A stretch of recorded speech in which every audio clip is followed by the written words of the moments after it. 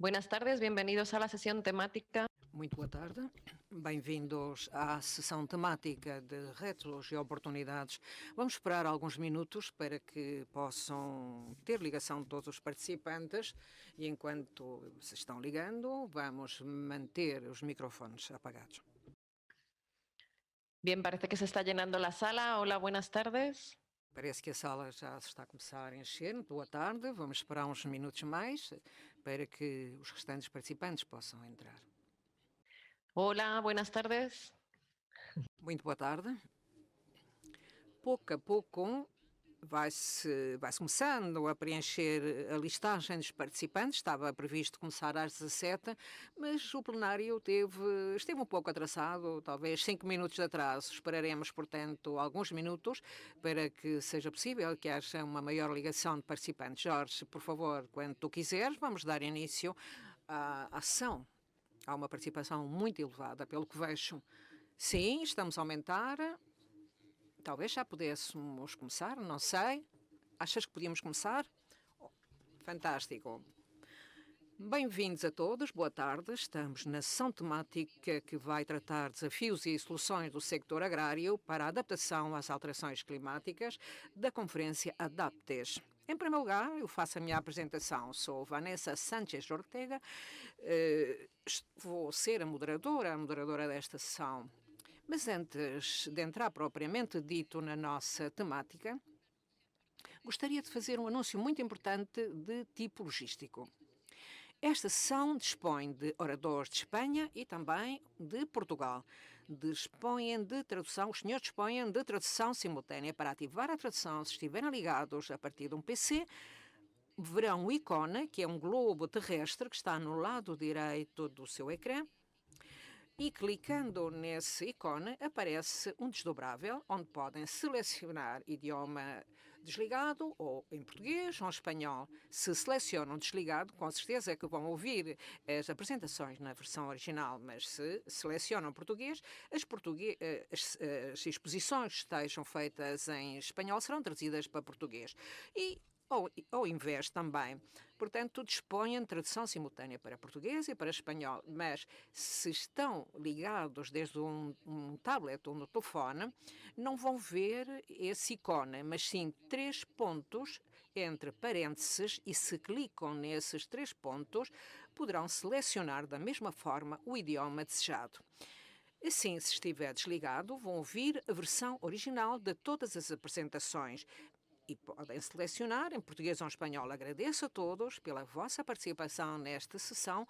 Muito obrigada, naturalmente, aos organizadores, à Fundação à Universidade, ao Gabinete Espanhol de Alterações Climáticas e também ao organizador desta conferência. Esta sessão temática, que vai dirigido ao sector agrário, pretende oferecer, com a colaboração de vários especialistas que estão aqui reunidos de forma online, vamos dar uma visão sobre os desafios que enfrenta o sector agrário para adaptar-se às alterações climáticas, seja em Espanha ou Portugal. Esta sessão é estruturada em 3 mesas de debate. São 3 mesas colóquio. Cada uma delas tem uma duração aproximada de 25 minutos e dispõe de 3 oradores ou painelistas.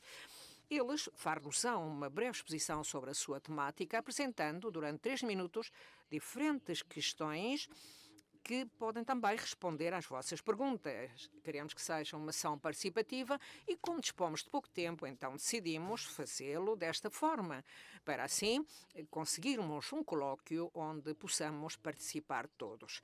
Estes oradores vão tentar oferecer-nos, desde a sua temática, a sua visão sobre diferentes questões que se baseiam nos desafios que se vai enfrentar o sector agrário, também outras soluções práticas que esta crise sanitária nos pode dar face ao sector e outros desafios que se apresentam para Espanha e Portugal no âmbito desta aliança, desta parceria para combater as alterações climáticas.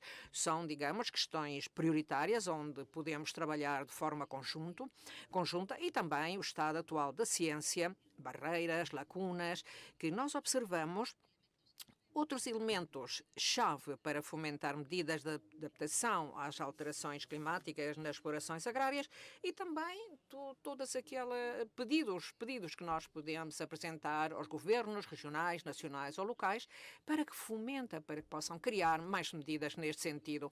Após a sua intervenção, vamos dispor de 15 minutos para um turno de perguntas. A seguir, o meu colega Jorge Navacerrada vai explicar-nos as ferramentas que vamos utilizar para estes turnos de perguntas. Jorge, tens agora a palavra. Eu já deixo de partilhar o ecrã para que tu possas fazer. Muito obrigado, Vanessa. Como disseste, temos muita informação, muitas pessoas para partilhar esta sessão. Também por parte dos oradores e das pessoas que estão a acompanhar esta sessão temática. Já são 140 e estamos a aumentar.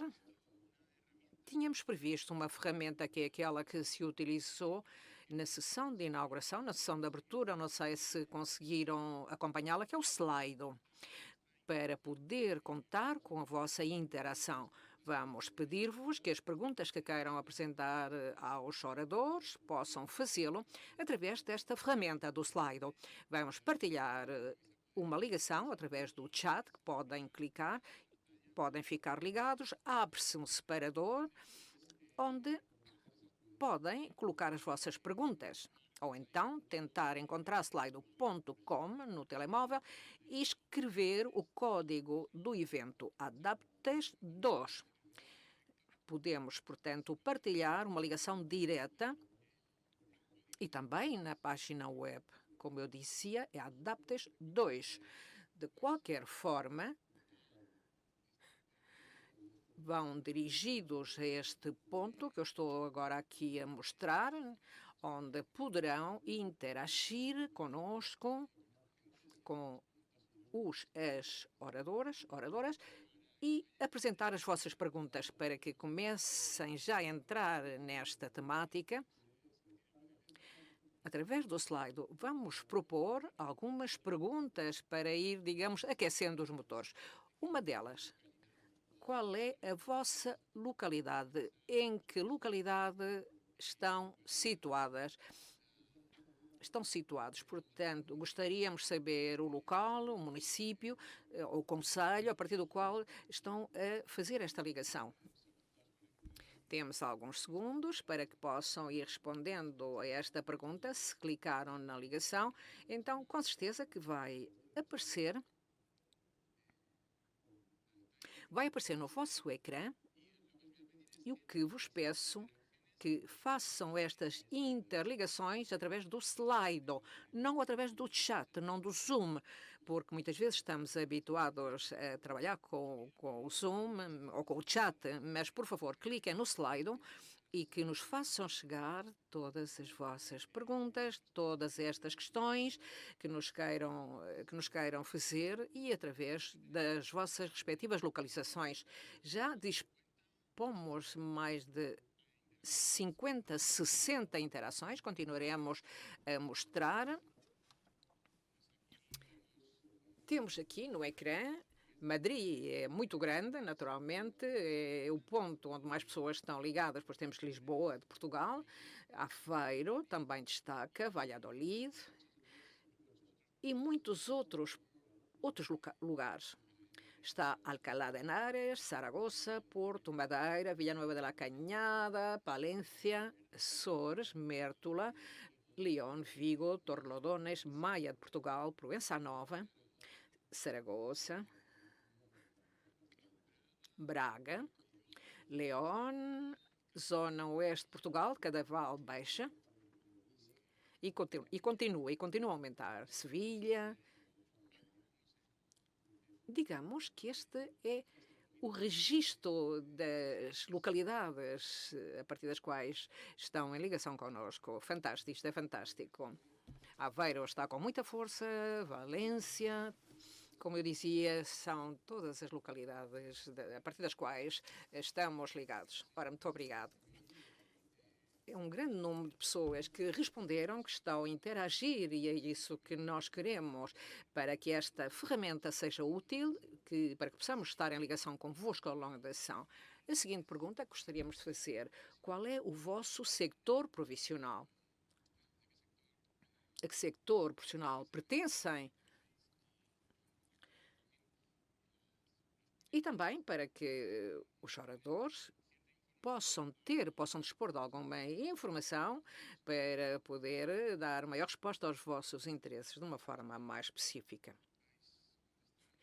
Vejo que já estão a responder 60 pessoas, um pouco mais. Estamos a ver agora quais são os sectores profissionais.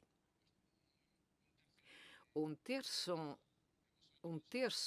de todos que estão a responder pertencem a universidades ou centros de investigação. Outro terço das pessoas que estão a responder provêm da administração pública, 15% de organizações sociais ou ambientais, 10% do sector privado, 6% outros, portanto diversos, não é nenhum dos anteriores. Depois também está uma representação de agricultores, dos sindicatos, das cooperativas. Muito obrigada, então, pela vossa participação, pelas vossas respostas, e que assim também nos ajudam para ver um pouco quem está atrás destes ecrãs e que nos podem também apoiar no nosso trabalho. Por mim é tudo. Vamos então o slide aberto para as perguntas e respostas, as perguntas que queiram colocar aos oradores, e então vai permanecer aberto durante toda a sessão. No fim de cada bloco temático, nós vamos recolher as perguntas que tenham feito através do slide e que tenham votado. O slide o que permite é que, se uma pessoa faz uma pergunta que vos interessa, então poderão fazer like, isto é, gosto. Naturalmente, não vamos, não vamos ter tempo, com certeza, para responder a todas as perguntas, mas sim, vamos responder àquelas que tenham mais gosto, que refletem onde está o vosso interesse. Esse é o objetivo desta pergunta. Gostaríamos que não apenas façam as perguntas, mas as perguntas que mais vos interessem, porque isto vai ajudar a selecionar-nos as perguntas para dar as respostas correspondentes. Portanto, agora vamos dar a palavra à Vanessa e vamos prosseguir com a sessão. Muito obrigada. Muito obrigada, Jorge. Eu vou partilhar novamente o meu ecrã para que possam vê-lo perfeitamente. Eu apenas gostaria de adicionar à questão das perguntas que podem ir fazendo através do slide. Quando fazem uma pergunta, se puderem dizer-nos a qual dos oradores vai dirigida a vossa pergunta, como há 3 mesas de debate, portanto, assim podemos ir dirigindo, podemos ir atribuindo as perguntas a cada um dos oradores. Bom, então, neste caso, vamos passar à primeira mesa de debate. Baseia-se em políticas, principalmente retos e oportunidades da PAC para a adaptação às alterações climáticas e sinergias com os planos nacionais de alterações climáticas. Eu vou dar a palavra a Joaquim Rodrigues Chaparro. Ele trabalha no Ministério da Agricultura, Pesca e Alimentação de Espanha. Joaquim, quando quiseres, tens a palavra.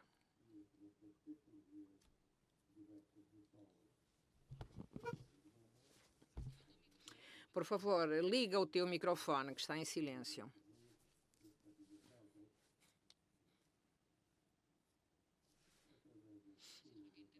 Não sei se Joaquim tem algum problema, porque parece que não consegue ligar o microfone.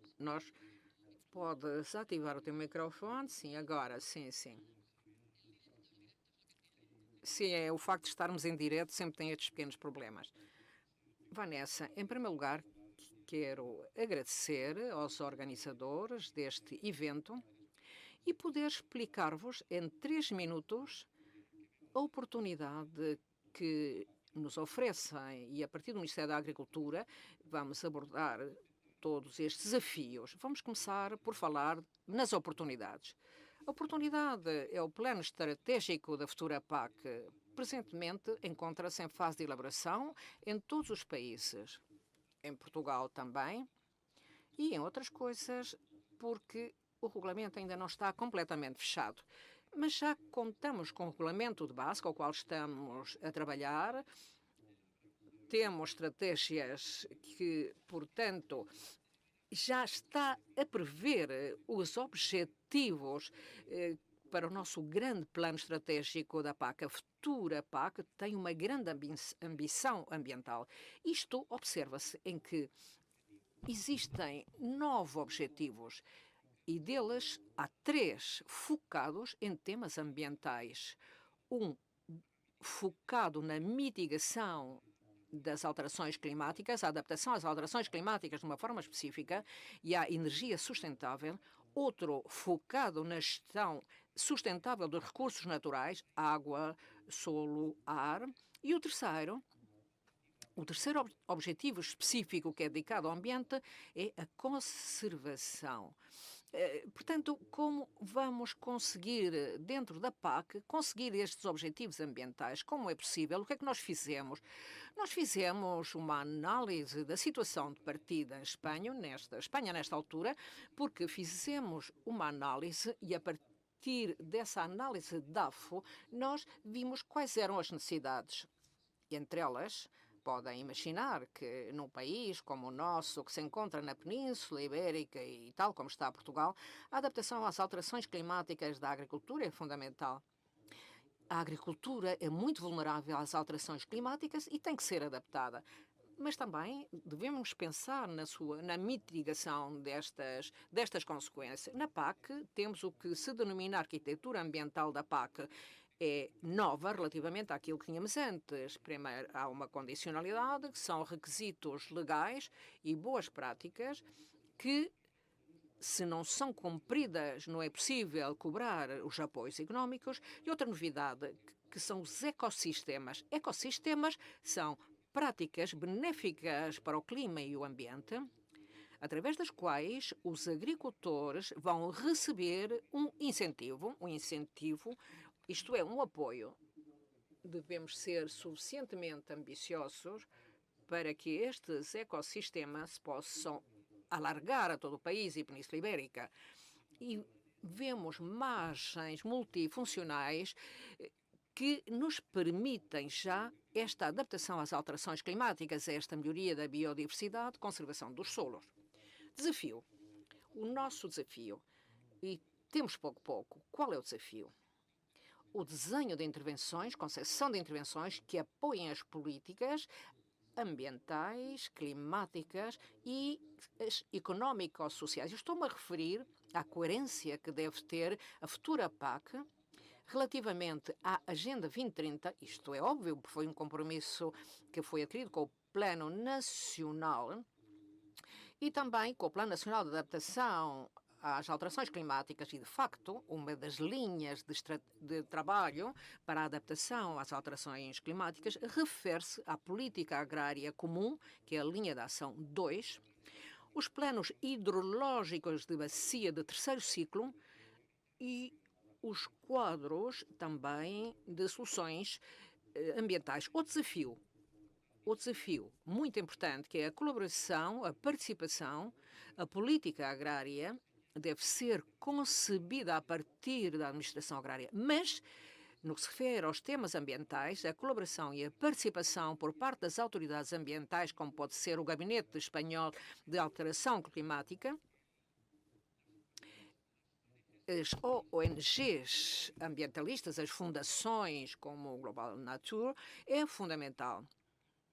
É fundamental incluir as suas sugestões e contributos. Neste âmbito falávamos também, e a Vanessa já se referia, às lacunas nos conhecimentos existentes. Portanto, tudo aquilo que fazemos deve ser medível, medir os seus efeitos, mas de forma efetiva, porque senão, dentro de alguns anos, vão perguntar o que é que a PAC fez realmente para a adaptação às alterações climáticas. É necessário trabalhar juntos para podermos dispor de indicadores que possam medir esses efeitos benéficos para o clima. Naturalmente, além disto, devemos fazer um acompanhamento para uma avaliação destas políticas intermédias, mas o que interessa são as intermédias, porque estamos, de alguma maneira, já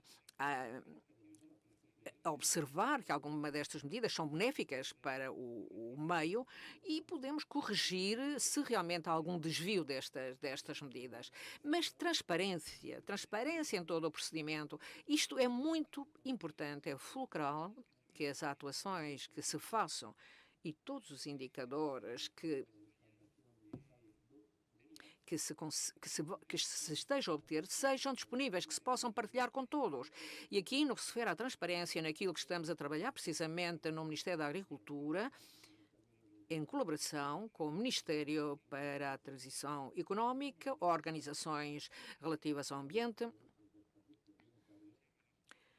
as organizações dos profissionais agricultores, etc., etc. Deixamos este link. Temos também uma caixa de participações, onde qualquer colaboração, qualquer contributo que queiram realizar sobre os documentos que estamos a elaborar, podem inserir nesta caixa de perguntas e de resposta. Muito obrigada, Joaquim, muito obrigado. A seguir, vamos dar a palavra a Ana Pinto Fernandes, do Gabinete Espanhol de Alterações Climáticas. Penso que vai falar do PNAC, que é o Plano Nacional de Adaptação às Alterações Climáticas. Muito boa tarde, agradeço a todos pela organização. Gostaria de destacar o Plano Nacional de Adaptação às Alterações Climáticas, como sabem, outros talvez não saibam, é um instrumento básico de planeamento para fomentar a ação coordenada para a adaptação às alterações climáticas, independentemente de outras competências das administrações públicas. A partir da primeira edição, gerou-se conhecimento e informação sobre os principais impactos nos diferentes sectores socioeconómicos e sistemas, e também no sector agrário, como é óbvio. Disponibilizaram-se ferramentas muito úteis para poder visualizar as tendências das diferentes variáveis climáticas nos futuros palcos e também projeções climáticas, que é igualmente útil para o sector agrário. Identificaram-se boas práticas, experiências concretas, já teremos a oportunidade de ouvir, trabalhou-se também, como dizia Joaquim, trabalhou-se em vários sectores. Agora temos um novo plano para um novo período, algo que é chave para combater as alterações climáticas, e temos que passar do conhecimento à ação, ainda muito mais no que se refere a esta adaptação. Temos que utilizar esta variável em todas as políticas, como é o caso da PAC, e é muito importante chegar a todos os elos da cadeia alimentar, ter uma visão integral recomendada pela ciência para o sector alimentar e também para outros sectores. Mas se aprendemos algo, é que as medidas de adaptação para o sector agrário, em muitos casos, devem ser medidas ad hoc e pensadas para cada cultura e para cada zona geográfica. Sabemos igualmente que há muitas sinergias no que se refere à mitigação. O sector agrário tem um papel fundamental na sua capacidade para combater as emissões de carbono. Este será vital para o período de 2050, quando tenhamos a neutralidade climática. O pouco que se emita terá que ser compensado. Então, eu passaria para outro slide, onde gostaria de destacar o desafio.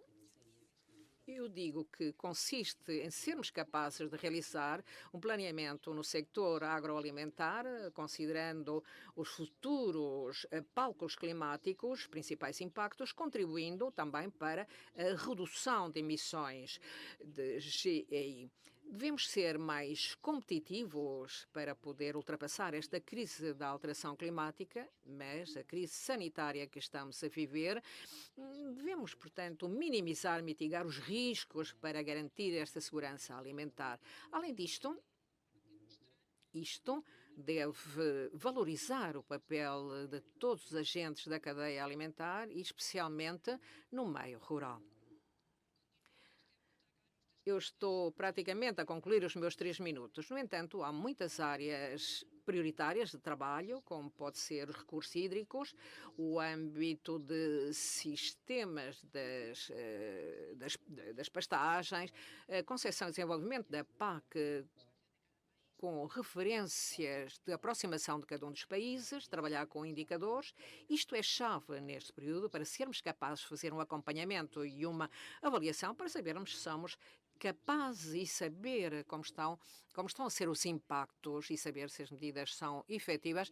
Eu penso como barreiras de oportunidade, eu destaco a necessidade de aterrar o conhecimento e a informação a nível da exploração local e destacar as ações das explorações que já estão a ser levadas a cabo e destacar todas as experiências e também enfim, o momento que estamos a viver com a nova PAC 2020 é um momento chave, onde temos a oportunidade e também a oportunidade e a obrigação de abordar estes desafios climáticos, ambientais, através de incentivos, de ecossistemas, das intervenções e medidas no desenvolvimento rural e mencionar também que os seguros agrários também vão desempenhar um papel muito importante no que se refere às alterações climáticas. Muito obrigada. Muito obrigada por ajustar-vos ao tempo. Conhecemos o ponto de vista dos ministérios de Espanha, do Ministério da Agricultura e do Ministério de Transição Ecológica, e agora vamos passar a palavra a Hugo Costa Ferreira. Algumas pessoas já se estão a animar para fazer as perguntas. Enquanto os oradores estiverem a fazer as suas posições, podem ir fazendo as perguntas. Eu vou passar a palavra a Hugo Costa Ferreira, da Direção de Serviços, Programação e Políticas do Ministério da Agricultura de Portugal. Agradeço à organização da Conferência Ibérica o convite para participar. E queria começar por salientar e reforçar até que o Joaquim já disse, acerca da centralidade que o plano estratégico da futura PAC vai ter enquanto principal instrumento de política para responder às necessidades identificadas em matéria de alterações climáticas para o setor agroflorestal. Também em Portugal o plano estratégico está em elaboração, tendo sido aberto há 2 dias uma consulta mais alargada com o diagnóstico e identificação das necessidades e na sequência de uma colaboração intensa interministerial e já também com alguns contributos das organizações não governamentais do ambiente. Em termos de integração da agricultura enquanto setor prioritário para a adaptação, esta tem sido realizada em Portugal através de vários instrumentos de governação. Eu destacaria muito rapidamente a Estratégia Nacional de Adaptação às Alterações Climáticas 2020, onde existe houve a constituição do grupo setorial dedicado à agricultura, um programa de ação para a adaptação às alterações climáticas, que identifica e já faz uma certa quantificação de contributos das atuais medidas dos programas de desenvolvimento rural e perspectiva um potencial contributo que o plano estratégico da futura PAC pode dar.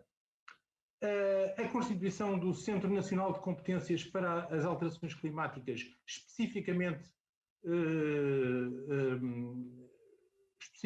para o setor agroflorestal, e que agrega um conjunto muito vasto de entidades. Um Plano Nacional de Energia e Clima de 2030 que veio prorrogar a Estratégia Nacional de Adaptação às Alterações Climáticas até 2025 e, finalmente, muito recentemente, uma Agenda de Inovação para a Agricultura 2030 aprovada e que tem uma governação interministerial e que inclui uma iniciativa emblemática relativamente à adaptação às alterações climáticas com 7 linhas de ação. Eu pedi agora para mudar o slide, exatamente. Em termos do plano estratégico, ele já tem definida uma visão que tem a ver com uma gestão ativa de todo o território baseado numa produção agrícola e florestal que seja inovadora e sustentável, tendo sido identificado em termos de necessidades o desafio em relação à adaptação. E este desafio não é mais do que aumentar a resiliência dos sistemas de produção agrícolas e florestais aos impactos adversos. Estamos a falar de secas, incêndios, doenças, pragas, portanto há uma série de riscos com que o setor se defronta. Eu passava agora a enumerar, se calhar, os pontos fracos e ameaças que, a nível do plano estratégico, já foram identificados relativamente às alterações climáticas. Uma baixa adesão dos agricultores a instrumentos de risco, como, por exemplo, os seguros, e há que tentar modificar esta situação no futuro. A fragmentação do sistema de avisos agrícolas e florestais. Pedi agora para mudar o slide. Também a falta de instrumentos de avaliação do efeito das práticas de mitigação e adaptação, situação que já foi referida anteriormente. Portanto, sem haver uma medição efetiva do que é que a prática significa, muito dificilmente há uma consciencialização por parte dos agricultores e dos produtores florestais na sua adoção. A falta de integração de cenários climáticos em cartografias de risco. Também outra fragilidade e outro ponto fraco é o despovoamento e o envelhecimento populacional em zonas rurais com grande incidência florestal. Portanto, este despovoamento leva a situações de pré-abandono e que potenciam, portanto, grandes perdas ao nível de minimizar os riscos relativamente aos incêndios e com um grande impacto em termos das emissões. O formato, muitas vezes, pouco adequado na divulgação de conhecimento aos agricultores. Finalmente, em termos de elementos-chave para fomentar medidas de adaptação às alterações climáticas, penso que os regimes de apoio que estão a ser programados no contexto do plano estratégico da PAC poderão e deverão ter um papel fundamental. Aqui a grande novidade, que já foi falada também, é o aparecimento destes ecorregimes. Ecorregimes serão uns regimes de apoio no âmbito dos pagamentos diretos que, à partida, serão mais simples, de caráter anual, e que poderão incentivar uma maior adesão por parte dos agricultores a este tipo de adoção de práticas. Depois temos, como já tinha referido, os instrumentos de gestão de risco. Portanto, aqui também há que alargar o âmbito e a adesão aos seguros. As medidas agroambientais e climáticas. Aqui consideramos que também há que tentar verificar da possibilidade de estabelecer medidas orientadas para resultados, nem que sejam em projetos piloto, para começarmos a ter medição mais efetiva dos efeitos das práticas. Não queria deixar também de referir o apoio aos investimentos de prevenção contra riscos e, nomeadamente, também no âmbito da agricultura de precisão. Os grupos operacionais, que tiveram mesmo um êxito durante este período de programação, e a questão da transferência de conhecimento, que eu considero que é fundamental. Portanto, tanto ao nível do aconselhamento agrícola, como outro tipo de ações de informação, é crucial nesta área. Por fim, queria só deixar, pedia para mudar o slide, queria só deixar o link para poderem aceder à documentação disponibilizada relativamente ao plano estratégico português, e restava-me, portanto, agradecer a vossa atenção. Muito obrigado.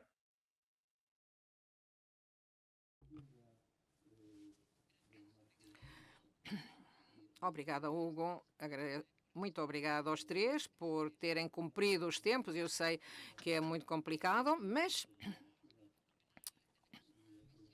temos agora uma visão global sobre as oportunidades e os desafios que coloca a adaptação às alterações climáticas no que se refere à PAC e em Espanha também esta adaptação, este plano de adaptação.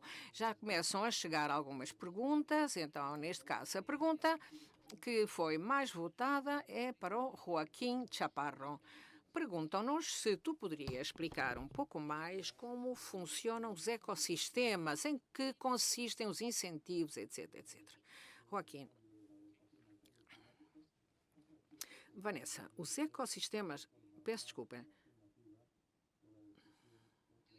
Sim, ouvimos-te bem, estamos a ouvir bem. Só um minuto, por favor.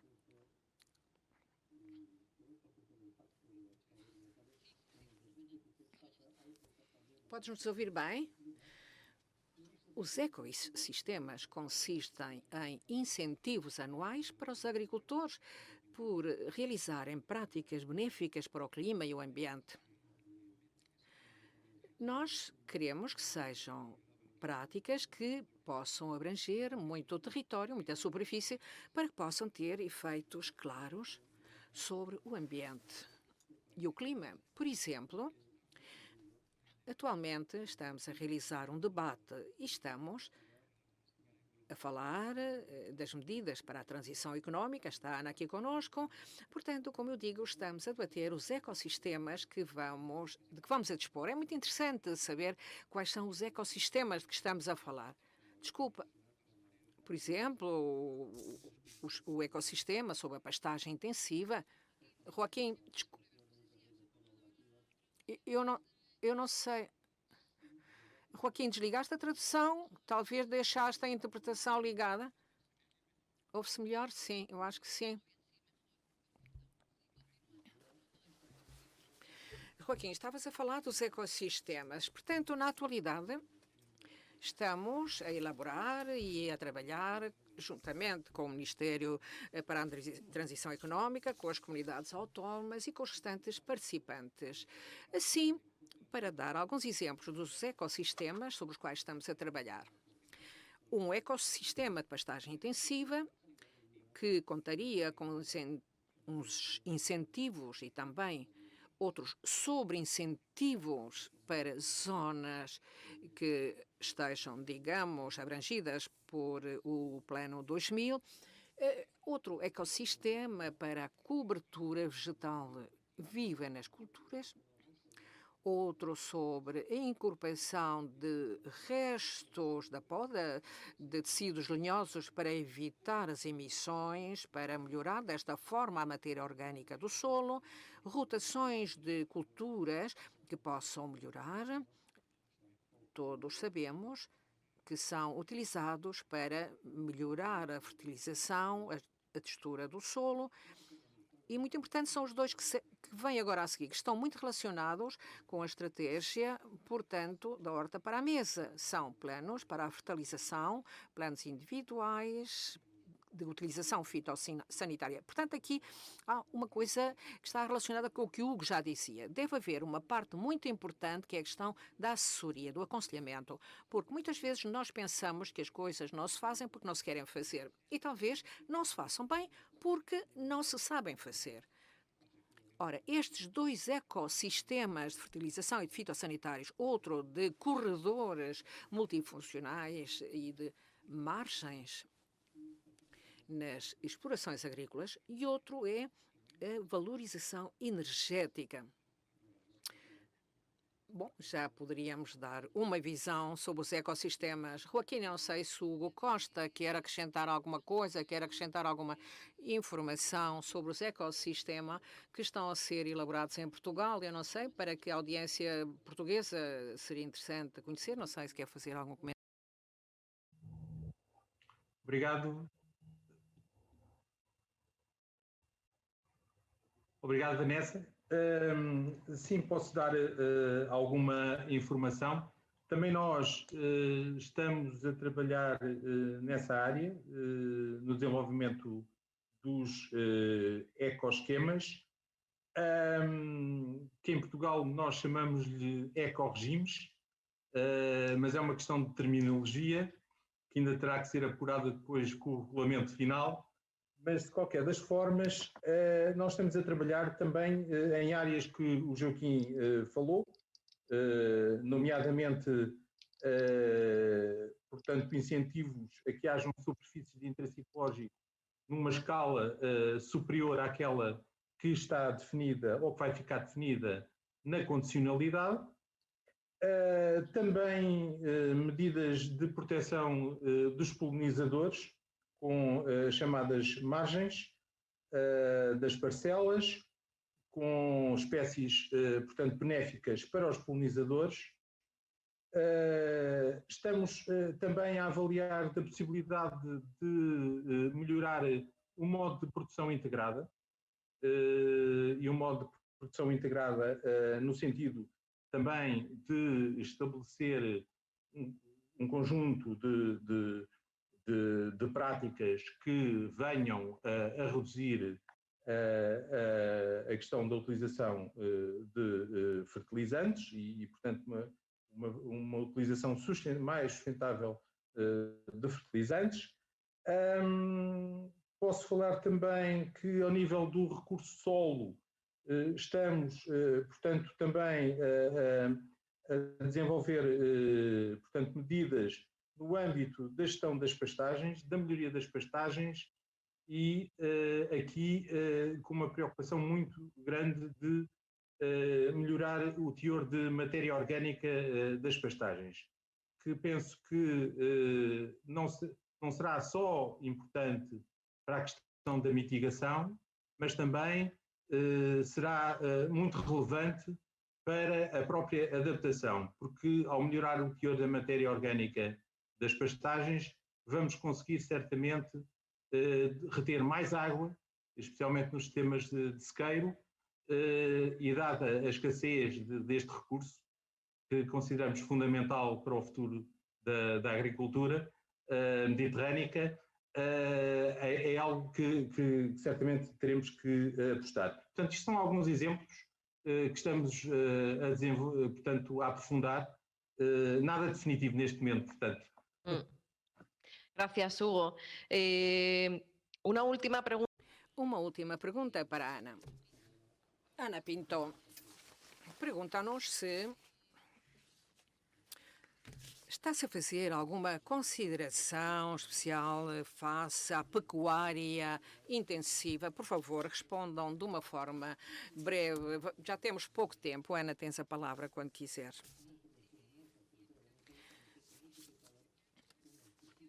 O plano de adaptação valoriza práticas agrárias, são benéficas.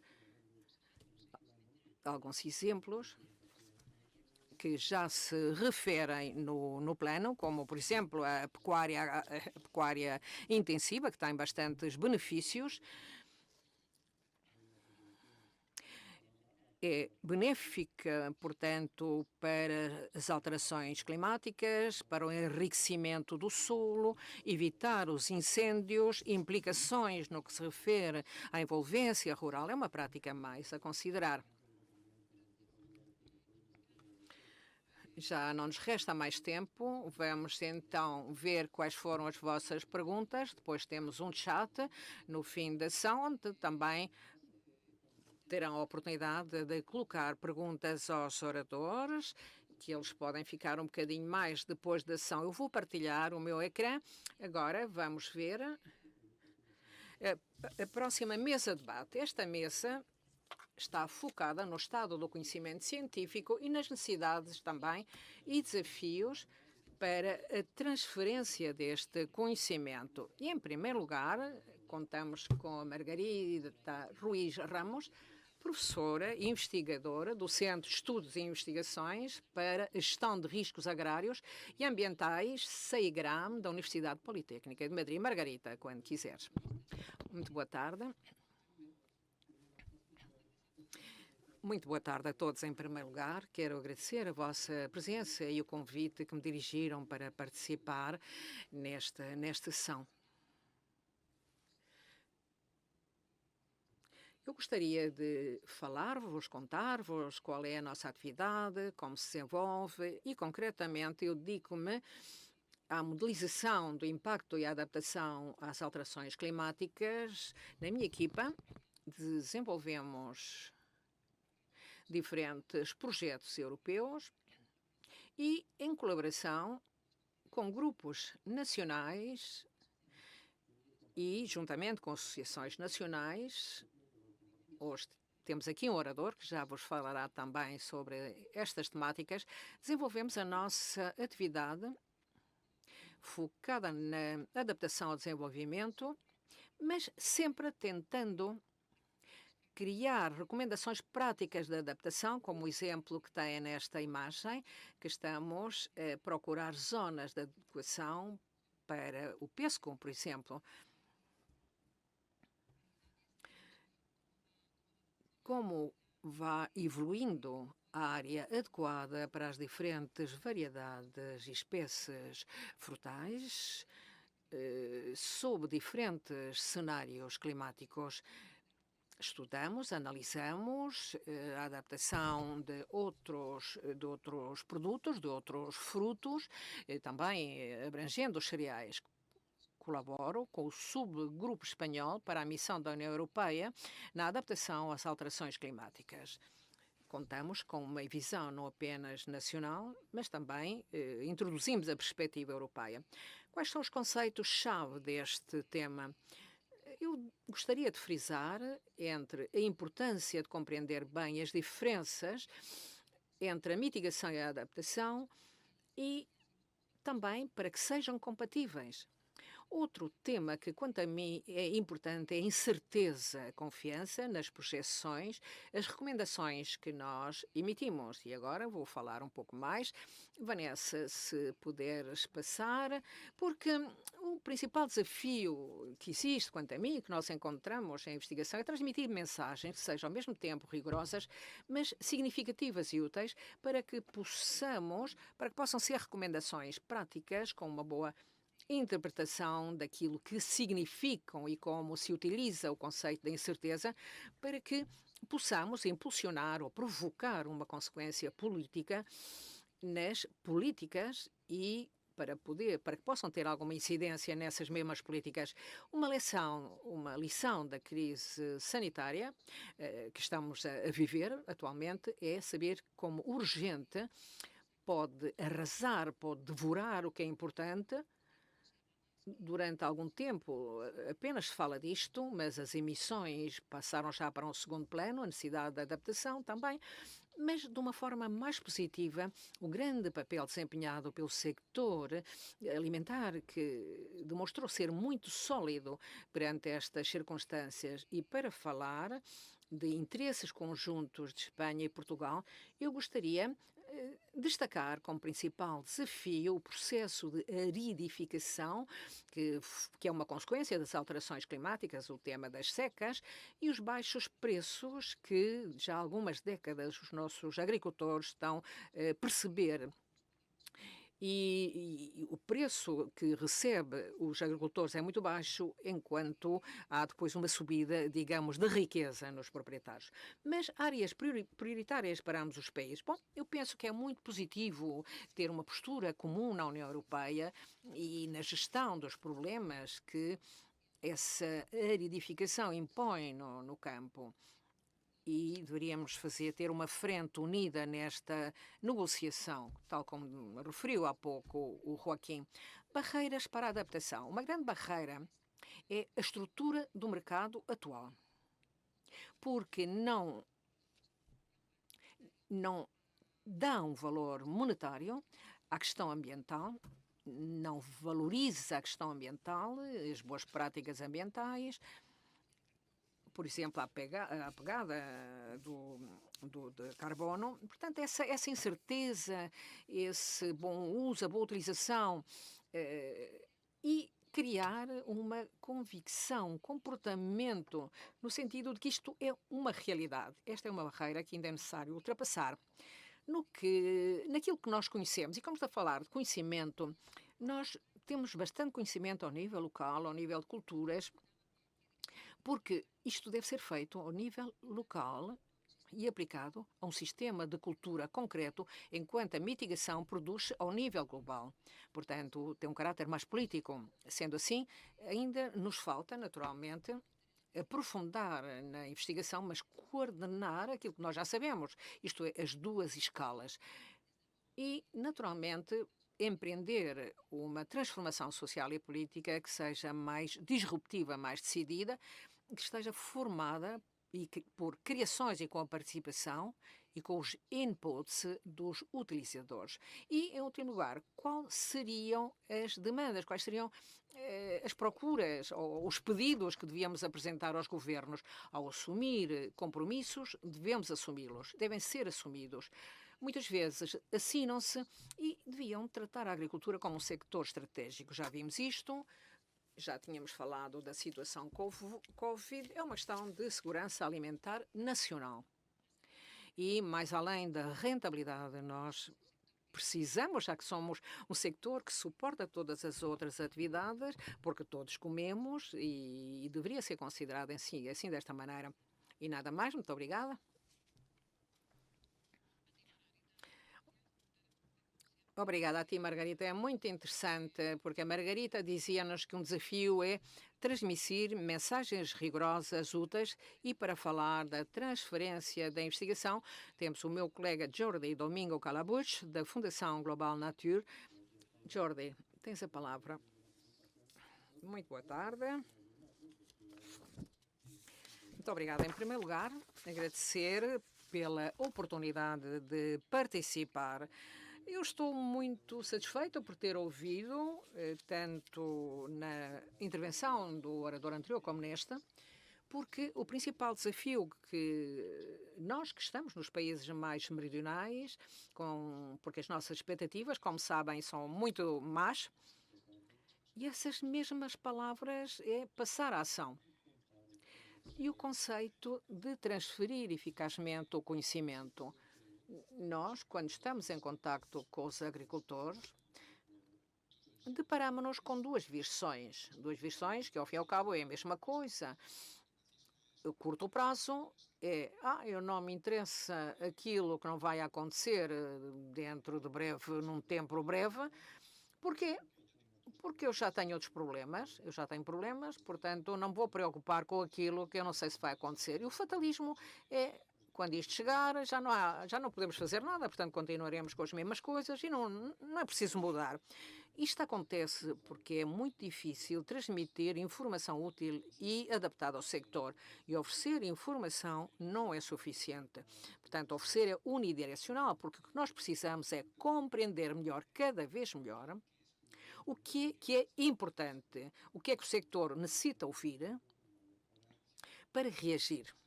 Isto implica uma mudança, seja no fundo e na forma das mensagens. Nós estamos a trabalhar em 2 projetos atualmente. Um deles concluiu há pouco,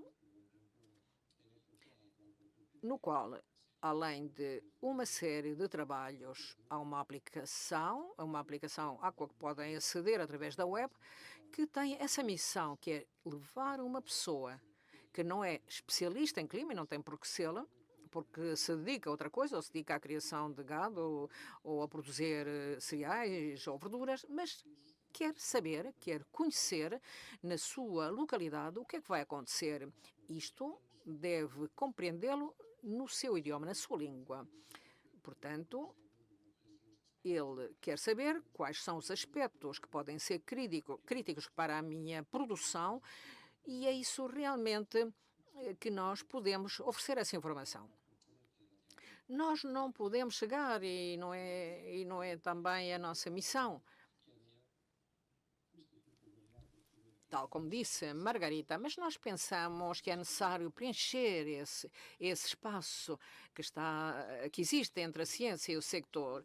É um pequeno trabalho que estamos a levar a cabo, é uma parceria com Copérnicos, que é uma agência europeia de observação da Terra, precisamente para isso, para poder contribuir com ideias, para saber como podia ser essa interface entre o utilizador e o produtor, para saber, para ter mais conhecimento. O seguinte slide, por favor. A nossa opinião é que temos uma boa compreensão sobre as alterações climáticas. Pelo menos sabemos quais vão ser as diretrizes gerais. E, portanto, pensamos que, pelo menos, existem 4 elementos-chave. Eu pus aqui só 4, naturalmente eu tinha muitas mais, mas, bom, tive que centrar o meu discurso. Primeiro, a focagem deve ser local. Já não servem as mensagens globais, porque a adaptação é local, já se disse aqui. As mensagens globais não servem. Nós estamos... É uma informação que está bem, mas uma pessoa que está a produzir cereais precisa de ir mais além. Precisa de uma maior precisão geográfica, uma maior precisão sobre a sua cultura. Precisamos de acompanhamento. Também já se referiu acompanhamento. Isto significa ou não envolve não apenas as pessoas, mas sim ferramentas, estruturas específicas, sejam públicas como privadas, e que possam cobrir o espaço existente entre a estratégia, que é o quê, como é que nós vamos fazer, e a tática, que é passar à ação. A incerteza. Eu gostei que a Margarida realmente tivesse feito já uma referência na sua intervenção à incerteza. É fundamental aprender com esta incerteza, porque quando nós trabalhamos devemos ter muita cautela, porque não devemos dizer coisas que não sabemos se vão acontecer. Penso que é necessário aprender a trabalhar e a avaliar e saber até que ponto a incerteza vai impedir que possamos transmitir diretrizes, porque há uma parte da adaptação que nós não estejamos 100% seguros, mas fica ainda 80% onde a mensagem é clara, a intenção é clara e as ações são claras. E, em último lugar, é igualmente importante, e num fórum realizado ontem, é um fórum que, com a participação de vários países, aprofundava-se muito neste ponto. Era contar a parte não climática, porque o que se depara é uma diminuição de qualidade de muitas culturas, como o caso do rendimento, do abandono das zonas rurais de maior volume, de maior valor. Portanto, zonas com um valor ambiental muito elevado, pessoas que se dedicam à conservação, superioridade nessa adaptação às alterações climáticas. Portanto, muitos sectores que estão a suportar a situação, mas irão desaparecer. Temos de ser mais pragmáticos e mais diretos. Temos que pensar na especulação que pode existir nos próximos anos. Em qualquer caso, e assim vou terminar, a ideia é essa: passar à ação, e passar a ação com conhecimento, com prudência, mas também passar a ação e acompanhar o sector nessa transição. Muito obrigada, Jordi. Muito obrigada pela tua apresentação. Conosco está Teresa Pinto Correia, que é diretora do Instituto Mediterrâneo para a Agricultura, Ambiente e Desenvolvimento da Universidade de Évora. Este slide pode ser passado rapidamente. Eu só queria aqui explicar que eu sou geógrafa e que sou diretora deste Instituto Mediterrâneo, onde trabalham muitas disciplinas diferentes e, portanto, a minha abordagem é uma abordagem muito de integração. Eu trabalho à escala da paisagem, mas estou habituada a trabalhar tanto com especialistas de agronomia, como de questões ligadas ao ambiente, questões ligadas à rega, à biologia, portanto, uma grande diversidade de especialistas. E há cerca de 1 ano e meio que estou envolvida nesta Mission Board do Horizonte Europa, do Soil Health and Food, onde tenho aprendido muitíssimo sobre o solo, e era sobre o solo que eu gostava de falar hoje. E, portanto, temos muito pouco tempo, mas eu acho que é importante muito, quando falamos das alterações climáticas no contexto mediterrâneo e no nosso contexto ibérico, percebermos a fragilidade dos nossos solos, a degradação em que se encontram os nossos solos atualmente. Nós temos 25% dos solos em riscos de degradação, temos 24% dos solos com problemas de erosão pela água e quase 75% dos solos na Europa têm problemas de excesso de nutrientes. Portanto, é um problema enormíssimo do qual se fala muito pouco. Os solos são pouco vistos, a opinião pública conhece muito pouco sobre o solo, portanto já se conhece muito ou se sabe sobre o clima, sobre a água, sobre várias questões, mas sobre os solos em concreto não. Portanto, eu queria concentrar um apelo para que nós pensássemos mais nos solos e vou pedir para passar ao próximo slide, que é muito simples, o que eu tenho para dizer é pouco, mas sobretudo a conclusão a que nós chegamos dentro desta Mission Board e de 1 ano e meio de trabalho intenso com vários especialistas do solo, é que de facto há um conhecimento já muitíssimo avançado sobre o solo e sobre o funcionamento do solo, mas pouco conhecimento sistémico e adaptado a cada contexto. E sobretudo nós precisamos de juntar ciências sociais com ciências naturais, ou seja, precisamos de saber como funciona o solo, mas também quais são os fatores que condicionam a gestão do solo, ou seja, as pessoas. O solo não se gera sozinho, a atividade agrícola e florestal é a atividade que condiciona os solos e esses são dirigidos por pessoas que tomam decisões no cotidiano. E, portanto, é muito importante que consigamos trabalhar em conjunto do ponto de vista da ciência e que o público perceba que esta interação entre ciências sociais e ciências naturais é difícil, são perspectivas disciplinares diferentes e, portanto, não conseguimos progredir com a rapidez daquilo que gostávamos, mas é muito importante criar condições para esta ciência interdisciplinar. E, por outro lado, a questão que já foi falada aqui, e estou muito contente que realmente estejamos todos no mesmo sentido, de que a disseminação e a construção do conhecimento com a prática é fundamental. Ou seja, o que nos falta, parece-me, não é o conhecimento, mas é o construir esse conhecimento com os atores que estão no terreno, fornecer aconselhamento de proximidade e independente, objetivo, e contextualizado, ou seja, que olhe para cada solo e para cada exploração como uma unidade única.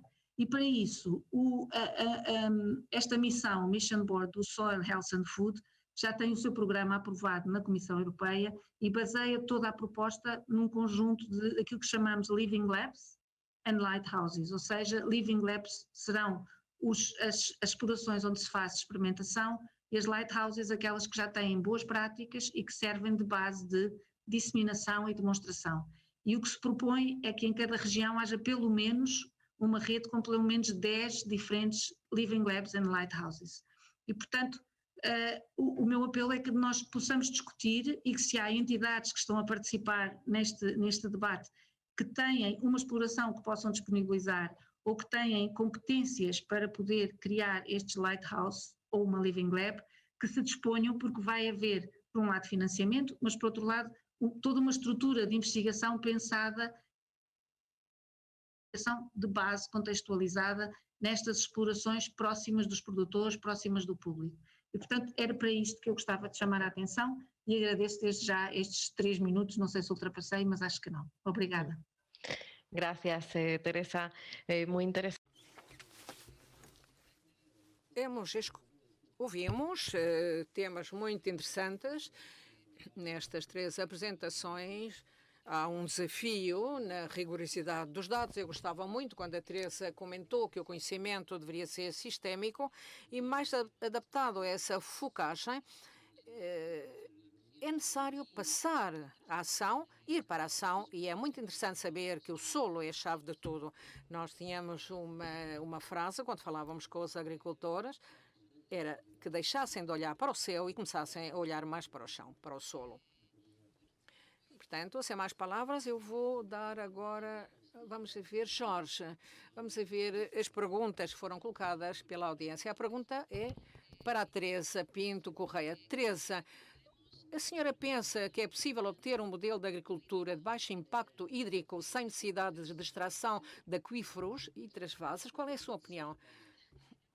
Temos é que pensar num modelo que esteja adaptado ao nosso território, ou seja, não pensar em cada exploração e numa integração vertical, mas pensar mais numa integração horizontal à escala do território, ou seja, que sejam explorações que aproveitam os recursos que o território tem e que aceitam que não, elas não podem ser iguais, a exploração não pode ser igual a que nós temos aqui com o que temos noutro, quer dizer, respeitar as características de cada contexto. E se fizermos isso, conseguiremos provavelmente valorizar ou trazer valor acrescentado de uma diversidade de produtos que não é o valor acrescentado de uma cadeia vertical muito especializada. Portanto, eu julgo que temos que pensar em modelos de explorações que são multiproduto e, portanto, que estão mais adaptadas aos recursos existentes e, nesse caso, necessitam menos de recursos hídricos, ou os recursos hídricos podem ser adaptados de outra forma, geridos de outra forma.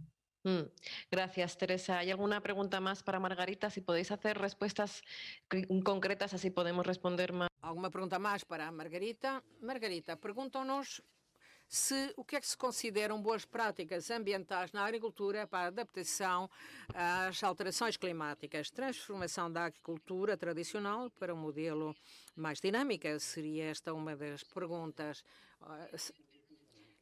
Sim, poderia ser, mas não necessariamente. O que é uma boa prática agrícola depende muito do sistema agrícola em concreto, da sua localização e, nomeadamente, de todo o contexto socioeconómico. Portanto, não devemos confundir a agricultura sustentável com a agricultura ecológica. Pode ser uma agricultura ecológica mais sustentável, mas noutra situação pode ser que não seja assim. E aí é onde está a dificuldade. Temos que avaliar cada caso.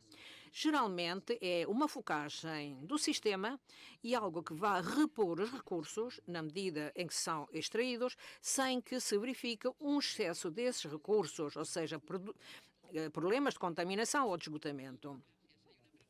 Há uma pergunta para o Jordi.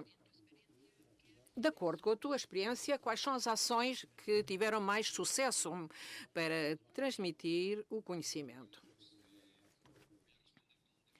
Eu respondo com depende. Por uma razão muito simples.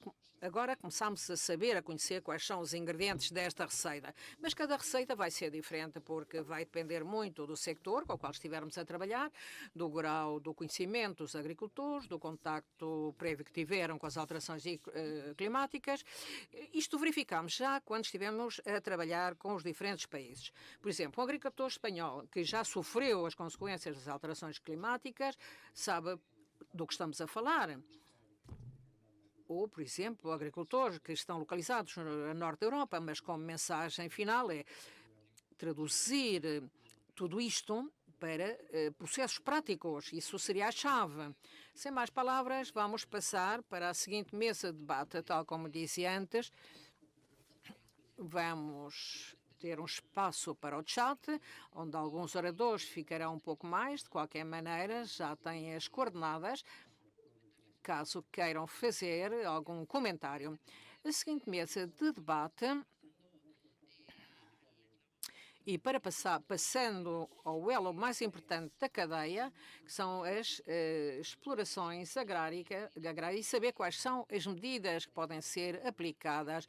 E, em primeiro lugar, temos entre os oradores Javier Alejandra, ele é técnico do Gabinete Técnico do UPA, de Pequenos Agricultores. Javier, dou-te a palavra agora. Muito boa tarde. Ouvem-me bem? Sim, ouvimos-te bem. Em primeiro lugar, quero agradecer que tenham contado conosco para este ato que, quanto a mim, é muito interessante. Eu gostava de apresentar duas iniciativas concretas nas quais estamos a trabalhar no âmbito das alterações climáticas. No primeiro, pretendemos informar, que é o InfoAdaptAgri, pretendemos transmitir informações concretas para o sector agrário. O segundo é o MOSOEX. Aqui podem ver os links, os enlaces, onde podem obter mais informações sobre ambas iniciativas. O que nós queríamos era comunicar ao sector medidas concretas que podem utilizar nas suas explorações. Também houve um primeiro ano e um segundo ano. No primeiro ano passámos das medidas gerais, como eu dizia, identificámos praticamente 40 medidas para a adaptação às alterações climáticas, 4 monografias foram editadas e quisemos estabelecer práticas concretas que possam ser visitadas pelos agricultores, que está ligado à gestão dos solos, dos insumos e com a gestão das pragas, monitorização das pragas. O que nós queríamos com tudo isto era passar da teoria para a prática, para os factos, para que fosse possível a visita por parte dos agricultores. O MOSOES o que pretende é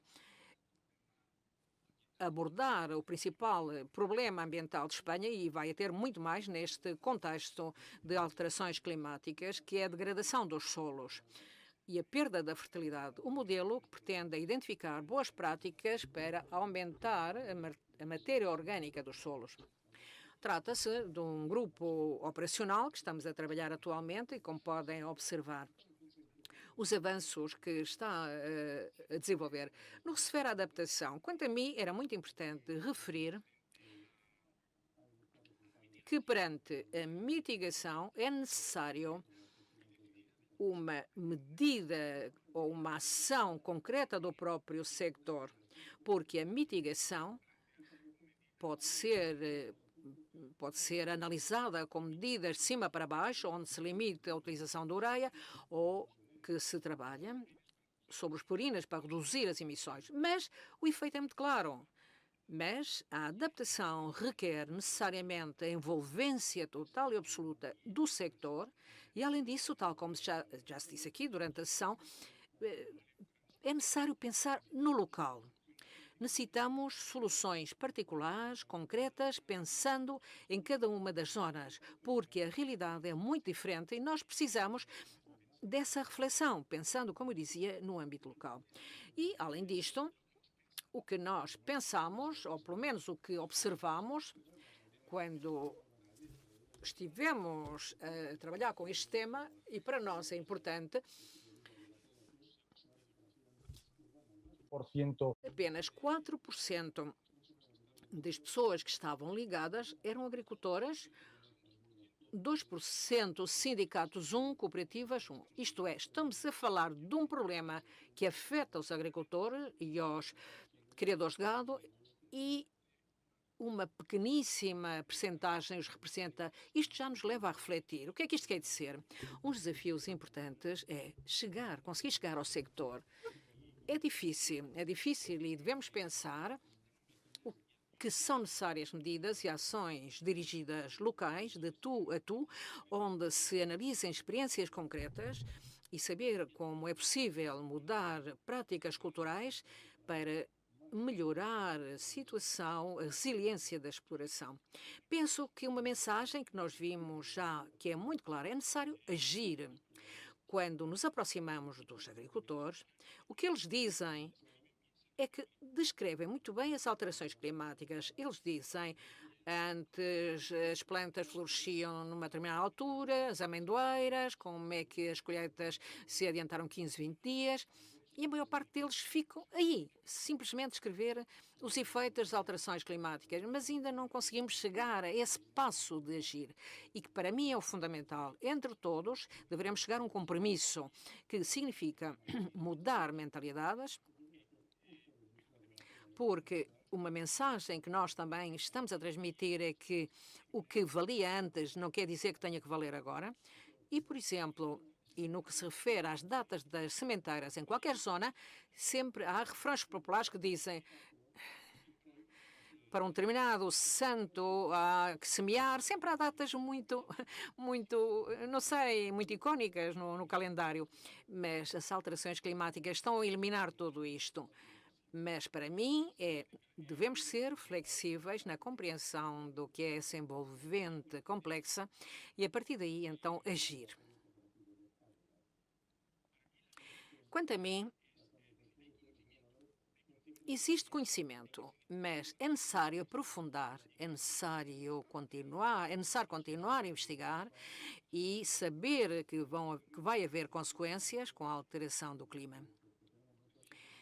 E também, para ser muito específico e como representante de agricultores, é relevante porque se falava das áreas de sequeiros e, quanto a mim, até agora, o esforço de investigação continua a priorizar no rendimento e talvez não tanto a adaptação das novas condições de stress hídrico, de elevadas temperaturas, enfim, todas estas questões são importantes e eu penso que devíamos mudar a maneira de pensar na investigação. E uma pergunta concreta que eu lanço aqui: o que é que vai decidir a União Europeia relativamente às técnicas que vão ser chave para fazer face de uma forma rápida esse desafio de variedades mais adaptadas à nova realidade?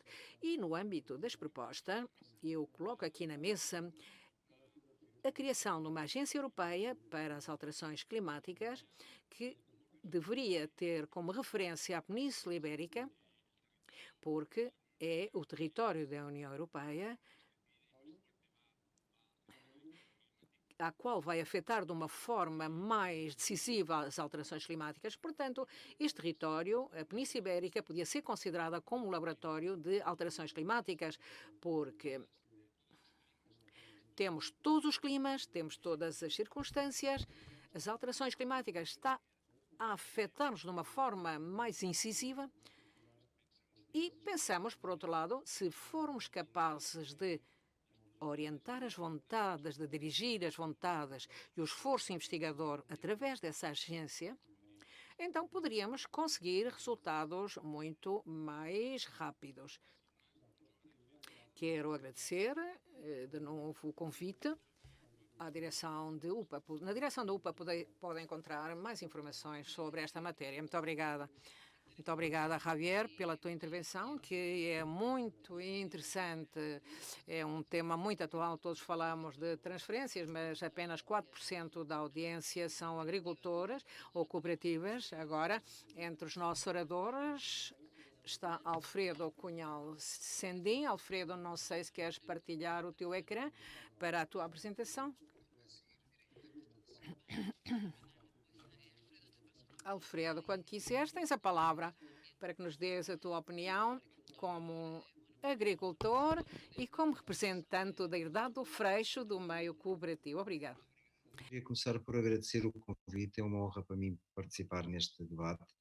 Eu gostava de dizer que é para mim um fator de muita esperança o facto de estarmos pelo menos a tentar a construção de uma política ibérica. Eu sou um fervoroso adepto da ideia da Confederação de Estados Ibéricos e por isso também me regozijo por isso. Então, a primeira coisa que eu gostava de dizer é que para mim a questão das alterações climáticas tem um caráter de urgência que não vejo na sociedade. Eu recebi há meses um relatório da União Europeia, da Agência Europeia da Agência de Ambiente da União Europeia, que não só me diz que as minhas explorações vão, seguramente no sul da Europa, em um prazo de 10, 20 anos, perder 90% do valor, mas muito mais grave do que isso, eu vou poder deixar de produzir aquilo que produzo. E é neste caráter de urgência que eu começo. Nós não encontro na maioria dos agricultores consciência pelo menos esta visão. Acho que a maioria dos agricultores que me rodeiam tem essencialmente nas alterações climáticas a ideia de um complô contra eles, para percebermos em que ponto é que estamos. Não encontro soluções, como aqui foi já dito, quer dizer, acho que há uma demissão, quer do Estado, quer da investigação, por uma questão de decisão estratégica. Nós demitimos há anos em Portugal, pelo menos, de nos responsabilizarmos coletivamente por questões tão estratégicas como o que é que acontece aos nossos solos, à nossa capacidade produtiva, ao nosso clima, aos nossos recursos hídricos. Portanto, entregamos de uma forma verdadeiramente comprometedora todos esses assuntos ao setor privado e, portanto, a primeira coisa que vos devo dizer é que acho que nos encontramos muito mal preparados para o desafio que pelo menos a ciência nos alerta, que é muito curto, são 10, 20, 30 anos que podem fazer uma mudança brutal. E é nesse ponto que começo. Também queria deixar claro que eu não acredito que este problema, com a dimensão que tem, tenha uma possibilidade de uma resolução com ações individuais. Isto não tira lugar às ações individuais e à necessidade da ação, mas por uma série de razões, até porque estou convencido que a espécie humana é aí um dos grandes erros que tem. Não há nenhuma outra espécie neste planeta a encontrar soluções para todos, através do começo de soluções individuais. E, portanto, a solução tem que ser política, tem que ser comum, e daí passo diretamente à PAC. Não acredito que a PAC possa ter algum tipo de resposta capaz a este desafio, por variedíssimas razões, mas gostava primeiro de começar por dizer também que a PAC, para mim, neste momento já não é uma política do setor agrícola, dado o seu impacto, dado o impacto da agricultura na questão das alterações climáticas e noutras questões fundamentais, como os ciclos do azoto, da água, a perca de biodiversidade, é hoje uma política de todos os cidadãos. E nós não temos e não estamos a passar essa consciência. Então, porquê que eu não acredito na PAC? Porque não é possível fazer tudo, não é possível ter sol na eira e água no naval. E, portanto, não é possível ter uma PAC com 9 objetivos, em que apenas 3, e um deles é, e não é claro que seja a adaptação, uma coisa é a adaptação, outra coisa é mitigar, não é? Portanto, nós não estamos a atuar como devíamos, como fizemos, por exemplo, numa questão há muito pouco tempo, quando destruímos a Europa na Segunda Guerra Mundial, e todos nós percebemos e realizámos que tínhamos um problema pela frente e fizemos um plano Marshall, e com muito sucesso. Não estamos a ter a mesma atitude, e eu temo que venhamos a ter todos, não só o setor agrícola, obviamente, mas a muito curto prazo, e portanto relembrar os números que já temos, não é? E as consequências, nós já vamos com mais de 1 grau, e as consequências de chegar a 3 graus. Então, só para não ficar por o que é que nós fazemos enquanto agricultores? Essencialmente, nós começámos a atuar há muito tempo, até porque percebemos que temos um incómodo profundo de não ter soluções, de não ter uma capacidade de responder a uma questão tão forte e tão crucial como a que temos pelas mãos. E o que começámos a fazer foi fazer experiências. Nós não existimos apenas para dar emprego às pessoas ou para tentar, enfim, outro tipo de desafios, como regenerar um espaço pelo que somos responsáveis. Há bastante tempo que nos dedicámos e decidimos essencialmente experienciar, não investigar, mas aplicar investigações e ideias, caminhos lançados por todo o lado. E é óbvio que a experiência tem vários níveis, tem um nível muito mais técnico ou ecológico, onde podia dizer-vos que está centrada numa ética, não numa técnica, que se chama agroecologia, e que tem aqui uma expressão tremenda num sistema ancestral agroecológico que é o montado. Foi a primeira ferramenta que nós adotámos, mesmo antes sem saber, e é uma ferramenta extraordinária para a mitigação das alterações climáticas, no nosso entender. Estamos a trabalhar muito à volta do solo, mas estamos a trabalhar essencialmente 2 grandes questões, que são a reflorestação e a diversificação genérica dos seres do sistema com que aqui trabalhamos. Devo-vos dizer que há uma outra questão neste capítulo que me parece absolutamente essencial, que é a construção e a aplicação de modelos produtivos agrícolas que sejam minimamente adaptados à questão da sucessão do nosso sistema natural. O nosso sistema começa no deserto e vai para o clímax. E nós, todos os modelos que inventámos até agora, com exceção dos modelos da agrofloresta de sucessão dinâmica, bloqueiam esta construção da natureza. Se não a trazem para o deserto, pelo menos bloqueiam-na. E o montado não deixa de ter também essa perversidade, para além de muitas outras bondades que tem. Bom, mas não são apenas experiências, como dizia também a Teresa, e estou de acordo, no campo ecológico. Nós temos que envolver as pessoas, e as pessoas são os atores principais, e as pessoas estão a leste deste problema. Começando pelos principais atores, que somos nós, os agricultores. Então, é fundamental construirmos também soluções a nível, por exemplo, do envolvimento dos consumidores, pelas quais eu não acredito na estratégia simples e fácil do prado ao prato. Não me parece consistente. Acredito, por exemplo, em grupos de consumo, em modelos como o CSA ou a AMAP, em que se envolvem as pessoas, em que se ligam as pessoas a uma realidade que elas desconhecem hoje em grande medida na cidade e na polis. Acredito em cooperativas integrais, acredito em novos modelos de concepção da propriedade e da responsabilização pelos espaços agrícolas. É disso que estamos a falar. Nós neste momento temos nas mãos de um conjunto muito minoritário de atores da sociedade, o desempenho de toda a sociedade, através daquilo que eles vão fazer ou não vão fazer nas suas explorações agrícolas. E com isto termino. Muito obrigado.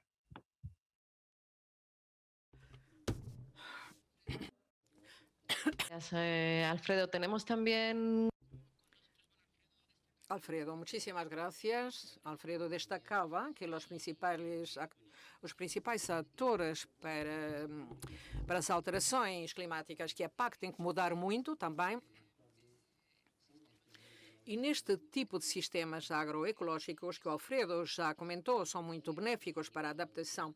E a seguir temos também conosco a Maria José Martínez Sánchez, que é catedrática de Edafologia e Química Agrícola da Universidade de Múrcia. Ela está a trabalhar num projeto LIFE, que é o AMDRIS C4. Vou-te dar a palavra porque, de uma forma muito breve, possamos fazer um turno de perguntas. Maria José, podes dar-nos a tua visão, a tua opinião sobre esta temática, por favor? Em primeiro lugar, eu quero agradecer a todas as pessoas que, com a sua presença, estão nesta sessão e pelos organizadores que me convidaram. Portanto, eu sou a coordenadora de um projeto LIFE, que é a adaptação às alterações climáticas dos sistemas agrícolas de sequeiro da área mediterrânica. Por que é que nós escolhemos este tema?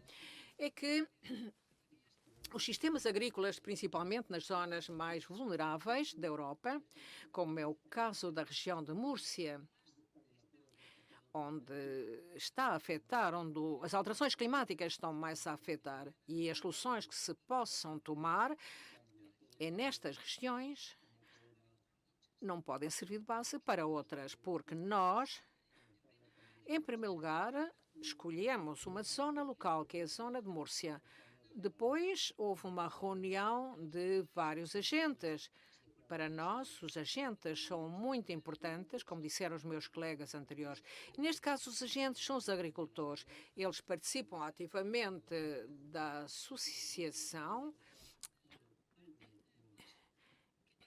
e também depende da parte administrativa, a parte legal, que deve estar em contacto com estes agricultores da região de Múrcia, e a parte administrativa e as empresas, porque nós vamos dispor de tecnologias analíticas e também precisamos de uma associação, que é a Nova Cultura para o Clima. Nós queremos que tudo isto deve ser coordenado e queremos formar o grupo. A adaptação está baseada em ecossistemas. Como fazemos esta adaptação? Esta adaptação baseada em ecossistemas, como a agricultura orgânica, uma mitigação, uma iniciativa 4 por 1000, e também o que nós pretendemos é ter um sistema de governança mais apropriado. O que nós propomos para a divulgação do projeto, para que os agricultores possam levar a cabo as práticas que propomos, necessitamos a intervenção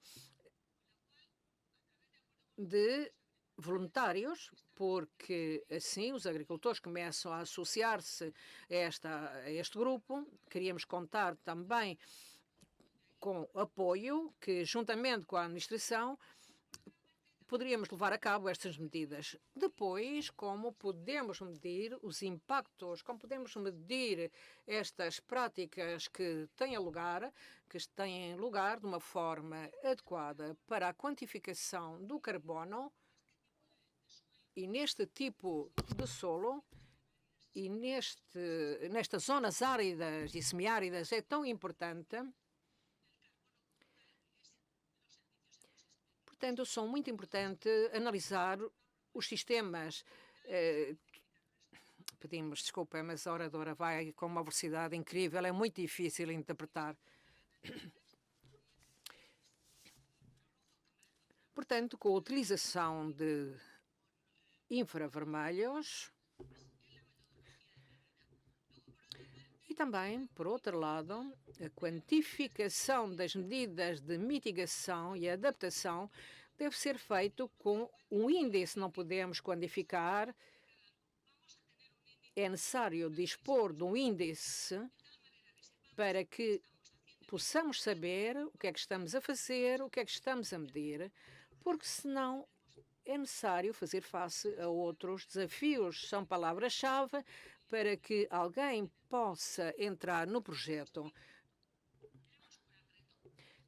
Existe aqui um grande desafio, e o desafio é que nas zonas áridas e semiáridas como as nossas é necessário valorizar em toda a União Europeia a agricultura de sequeiro mediterrâneo, a degradação é necessário evitar a degradação da terra. Isto é necessário evitá-lo. Como conseguimos?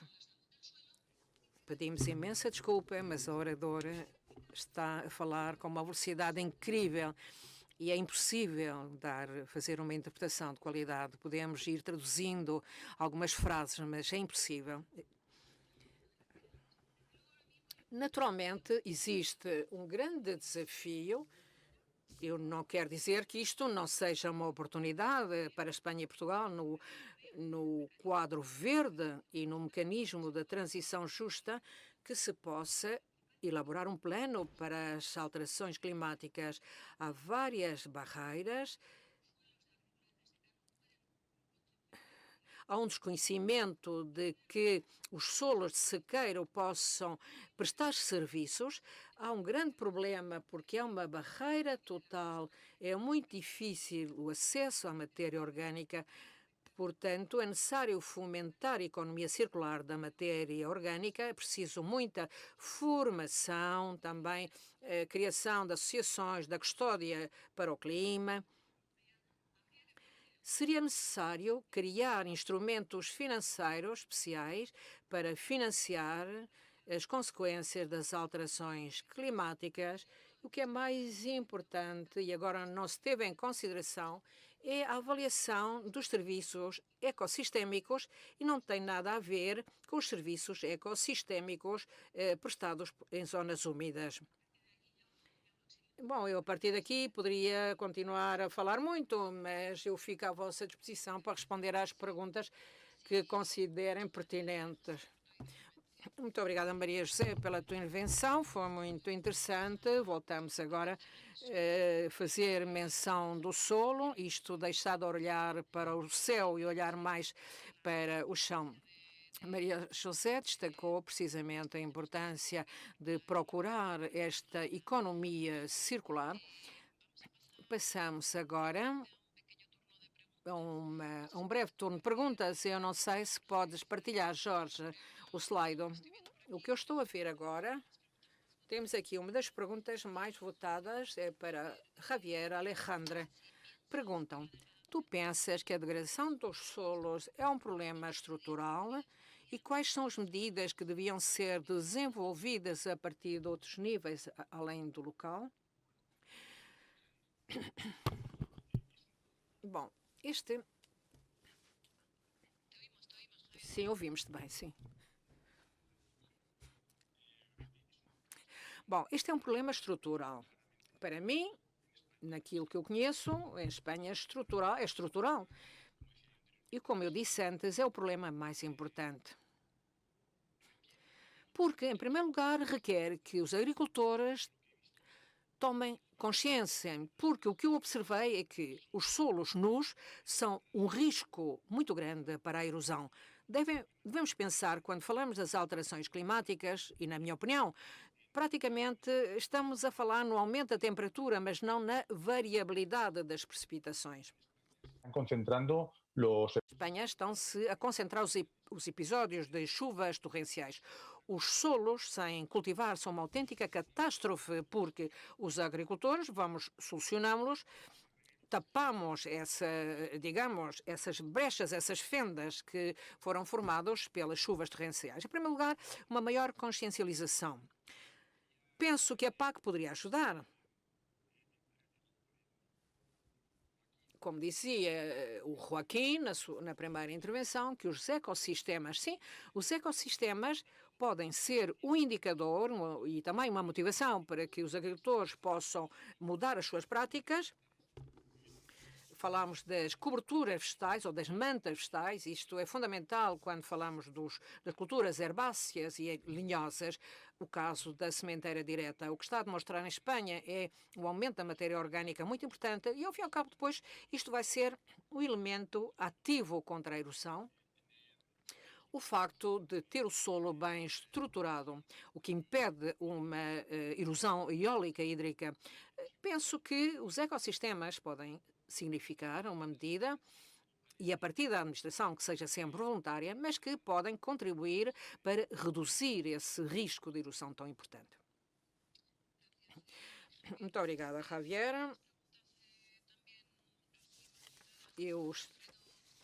Portanto, as perguntas são para Alfredo Cunhal. Quais são as medidas reais que devem ser adaptadas para fazer face às alterações climáticas na agricultura? Qual é o ponto? As medidas têm que ter uma ética e já sabemos para que é que elas servem. Eu não posso deixar de falar na agroecologia enquanto ética, nós tentarmos perceber quais são os limites, pelo menos do nosso planeta, já não digo que trabalhamos com eles, mas para mim a primeira medida é reflorestar.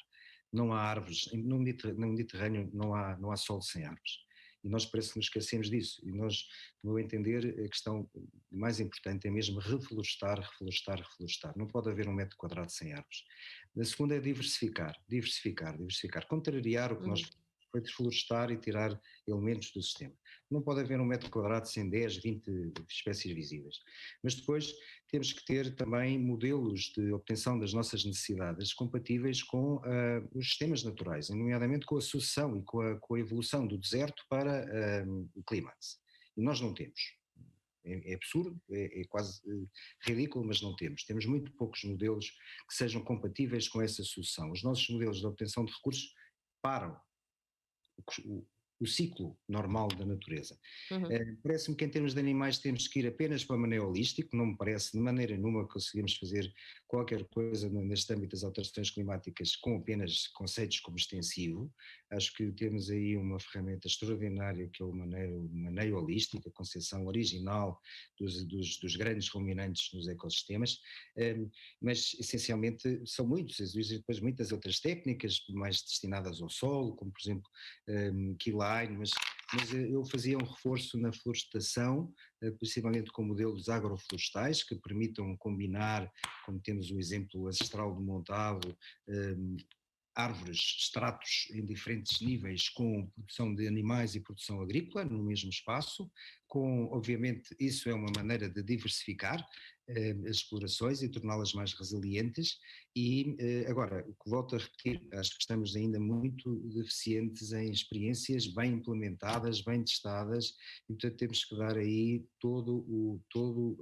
a nossa energia para podermos não só pormos toda a cátedra a investigar verdadeiramente no sentido correto, parece-me que não está de todo a fazê-lo, mas também a experienciar e encontrarmos um pacto entre todos os humanos para resolvermos esta questão essencial. Gracias, Alfredo. Não sei, há algum... Muito obrigada, Alfredo. Não sei se há alguma pergunta para a Maria José. Há uma pergunta que diz: depois da catástrofe do Mar Menor, tu pensas que vão-se avaliar as culturas de sequeiro? Sim. A verdade é que catástrofe no Mar Menor, o que vem é revelar que o grande problema é a desertificação que está a sofrer a zona do Levante espanhol. Portanto, o problema da erosão e do arrasto dos sedimentos, e reparem, caíram mais 200 mililitros por metro quadrado em menos de 12 horas. Reparem, há episódios muito intensos de chuvas e continua a acontecer. O que está muito claro é que há que agir nas cabeceiras dessas zonas, porque as zonas de sequeiro, porque essa grande quantidade de litros possivelmente caia só numa determinada época do ano. Isto é problemático, porque nunca se sabe qual é a pluviosidade de determinadas zonas, porque apenas ou nós colocamos matéria orgânica no solo, ou levamos a cabo práticas agrícolas que estejam equilibradas com a biodiversidade, que se coloquem bandas para combater a erosão. Temos que conviver com a parte da vegetação. Eu apenas vos daria um exemplo. Que se coloquem espartos em determinadas parcelas ou entre as parcelas. Isto é muito importante, porque nós já temos uma experiência onde 1 hectare de esparto absorveu mais de 300 toneladas de CO2 por hectare e por ano. Ora, isto é realmente importante no que se refere aos solos. É importante porque o esparto está a proteger contra a erosão de determinadas zonas. E poder conviver tudo isso com as culturas é importantíssimo, porque aumenta a biodiversidade, aumenta os... Sim, podem-se continuar a cultivar, porque se não for assim não vai ser possível conseguir ter novas culturas, porque isto afeta aos terrenos de regadio, afeta aos turistas que vão às praias. E reparem o que aconteceu, os episódios de inundações, das cheias que tivemos, porque se nós não cuidarmos a questão da degradação do solo, que está a acontecer, e não apenas na região de Múrcia, que é uma das mais afetadas, mas também em Portugal, na Itália, na Grécia, no sul da Europa, todos eles são problemas locais, mas são problemas que cada vez se alargam mais. E, inclusivamente, há zonas que em menos de 30 anos multiplicaram-se por 2. Ora, este é o avanço da desertificação. Portanto, quanto a mim é muito importante, devemos que medir esta situação. Por isso eu falava de medição das evidências, porque o novo paradigma que existe sobre a desertificação e sobre as medidas da degradação do solo é que já não serve dizer que este solo está assim ou está de outra maneira. É necessário medir as evidências. Eu tenho que saber o que é que tenho agora e o que é que eu vou ter dentro de 10 anos ou de 5 anos, porque isso é o que nos vai permitir fazer uma avaliação. E tudo isso combinado com técnicas analíticas é muito importante realizá-lo, porque cada vez temos mais conhecimento, há mais experiências e é muito importante. Obrigada, Maria José. Para concluir esta mesa de debate, há uma questão que os três já comentaram, porque poder conservar o solo e evitar a erosão, quanto a mim, é muito interessante a proposta apresentada por Alejandra, isto é, tentar que a Península Ibérica fosse um laboratório, porque nós somos uma das regiões onde mais nos está afetando pelo nosso clima, mas também porque podemos ser um exemplo, e já vimos isto no projeto LIFE, porque trabalhamos com parceiros europeus, porque o clima mediterrâneo sempre esteve submetido a mudanças, nós sempre tivemos que nos adaptar a essas mudanças e nós estamos preparados para adaptarmos a todas essas alterações. Podemos ensinar muito a Europa perante estas alterações que eles têm que fazer frente. Dispomos de muitos conhecimentos para poder aplicar todas estas questões, porque nós dissemos que é urgente agir, é preciso agir já, e talvez estas sejam algumas das conclusões desta mesa de debate. Eu agradeço a todos as vossas participações e agora começamos já a concluir a sessão. E não apenas a mesa. Eu agradeço a todos os oradores e a toda a audiência que estiveram conosco, colocando perguntas muito interessantes para o debate e convido-os a que entrem no espaço do chat.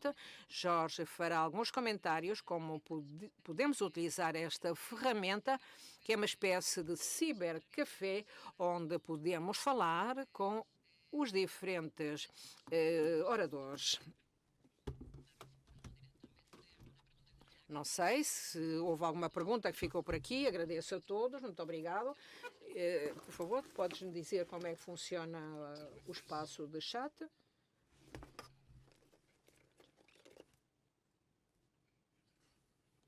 Bom, isto é como uma cafeteria online.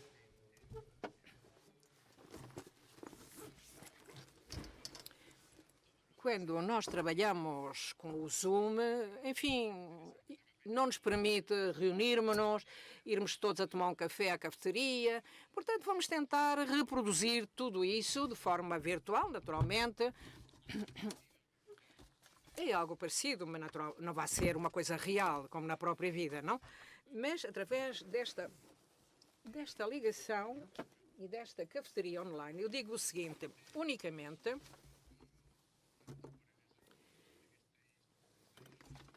tanto por aqueles que estão através do slide como no chat, para que vos chegue da seguinte forma. Uma vez que fechem o Zoom, vai-se abrir outro ecrã no vosso computador. E aí, já verão que isso vai transformar-se numa ficha que podem deslocar por todo o ecrã. E aqueles que podem se aproximar das pessoas, vocês podem se aproximar ou afastar-se. Assim vai haver várias conversas em simultâneo no mesmo espaço. Isto é um pouco diferente do Zoom. Não podemos falar muitas pessoas ao mesmo tempo, porque senão falaríamos em cima uns dos outros. Mas isto sim que nos permite fazê-lo. É, digamos, um envolvente mais agradável para fazê-lo. Eu abro aqui o ecrã para que possam ver aquilo que nós propomos. Clicam na ligação. Vão pedir o vosso nome, aqui uma descrição, a organização a que vocês pertencem. Põem continuar. E se estão fora do Zoom, podem ver neste círculo a vossa imagem. No Zoom vê-se num retângulo, aqui está em círculo. Põem Join Space, isto é, unir-se ao espaço. Algumas pessoas já estão a unir-se. Aí está a minha colega.